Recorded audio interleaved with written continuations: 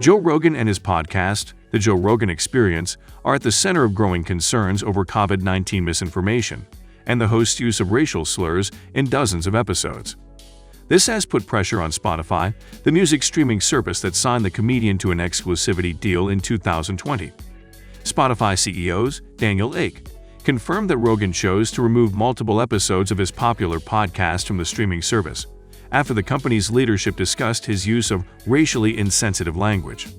Spotify continues to grapple with a dilemma that many internet giants like Facebook face: balancing freedom of expression and effective moderation of controversial content on their platforms.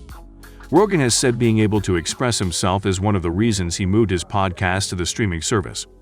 The company paid the comedian a reported $200 million, double the amount previously thought, according to a report from the New York Times.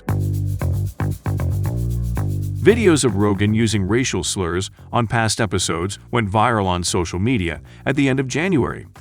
This was layered on top of a growing musician boycott over concerns that Rogan's podcast serves as a platform for COVID misinformation. The hashtags delete Spotify and cancel Spotify began trending on Twitter as some people called for the removal of Rogan's podcast. A consumer poll found 19% of Spotify subscribers said they canceled or will cancel their service, according to a report from Variety.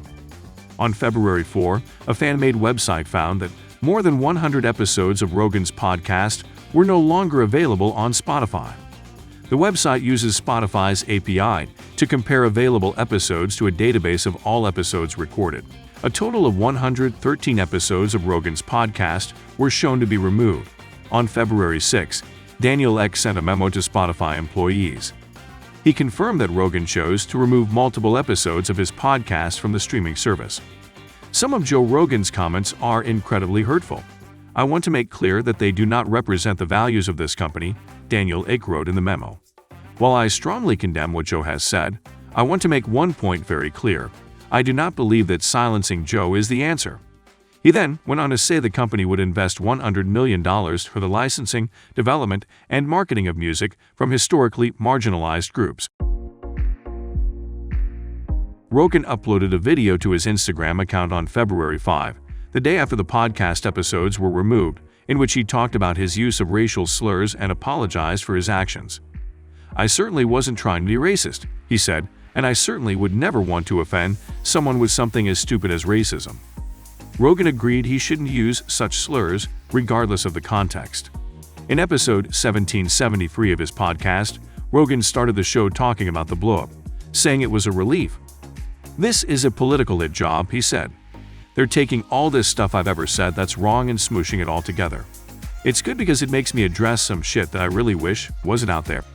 But how did this all get started? Well, back in December 2021, Rogan had two guests on his show who have been accused of being at the forefront of COVID misinformation: Dr. Peter McCullough, a cardiologist, and Dr. Robert Malone, who has described himself as the inventor of the mRNA vaccine. The two have used their credentials to try to give credibility to doubts regarding the pandemic and vaccines.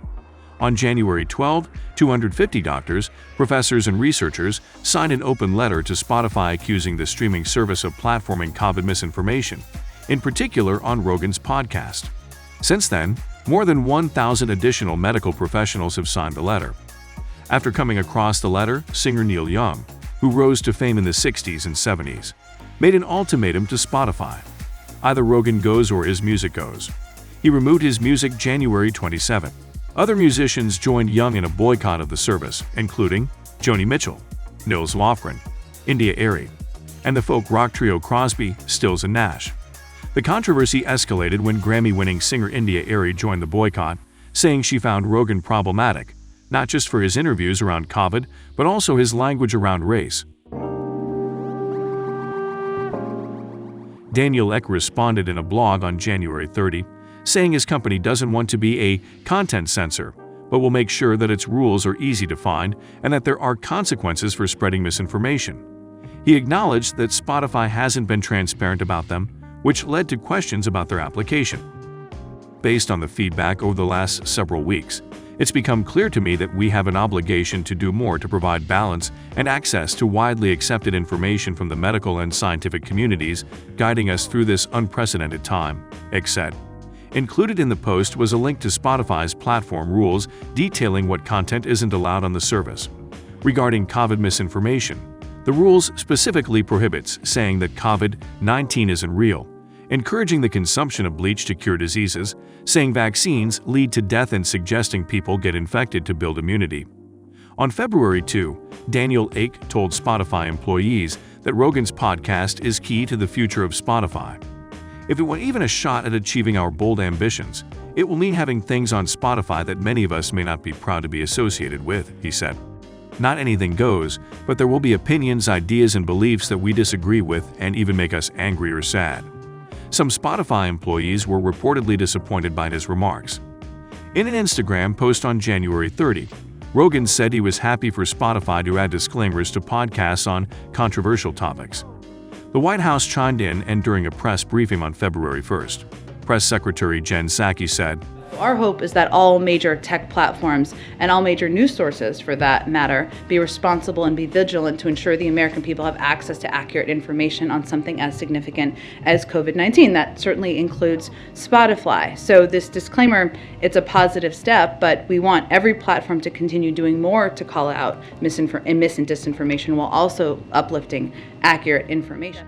Former President Donald Trump posted a message on his site saying Rogan shouldn't apologize for what he said. The CEO of Rumble, a video streaming service accused of being a hub of misinformation, said he'd offer Rogan $100 million over the course of 4 years if he brought his podcast to the company. As of now, Rogan hasn't officially replied.